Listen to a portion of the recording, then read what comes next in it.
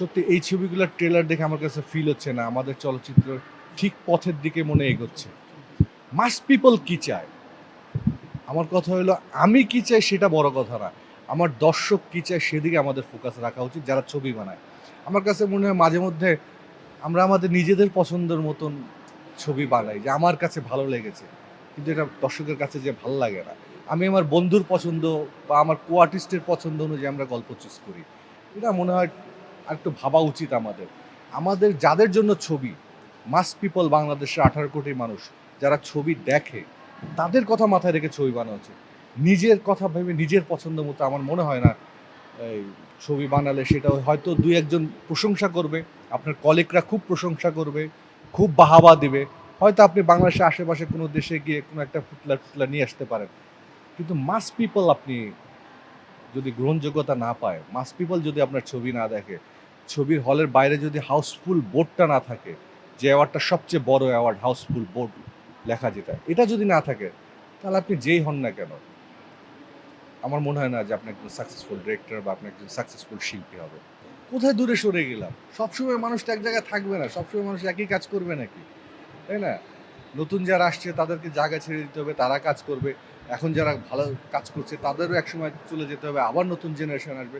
তো সবাই মিলেমিশে কাজ করবে, অসুবিধা কি? না, আমাদের চলচ্চিত্র আমি যেটা মানে সবসময় চাইতাম বা ভাবতাম যে আমাদের চলচ্চিত্রের মানও যেন এই লেভেলে আসে। না, টিজারটা অসম্ভব সুন্দর ছিল, অসম্ভব সুন্দর ছিল আমার কাছে। আমি তো এটাই বললাম যে ঈদের ছবির টিজারগুলো দেখে আমার কাছে ফিল হচ্ছে যে না, আমরা মনে হয় এতদিন পরে যে না একটা সুন্দর দিকে যাচ্ছি। যে মাস পিপলের ছবি যেগুলো সেগুলো মানুষ যেগুলো পছন্দ করে দেখতে। ছবি কি? ছবি হচ্ছে মানুষের একটা ড্রিম। মানুষ স্বপ্নে যা করতে পছন্দ করে, স্বপ্নে যা দেখতে ভালো লাগে সেগুলো সে পর্দায় দেখতে চায়। ৩টা ঘন্টা সে একটা অন্য জগতে চলে যেতে চায়। হ্যাঁ? তো সেরকম জিনিস যখন পর্দায় দেখি তখন ভালো লাগে। আশা করব এরকম আরো ইয়াং ট্যালেন্ট ১-২ জন এরকম অসংখ্য ট্যালেন্ট লাগবে।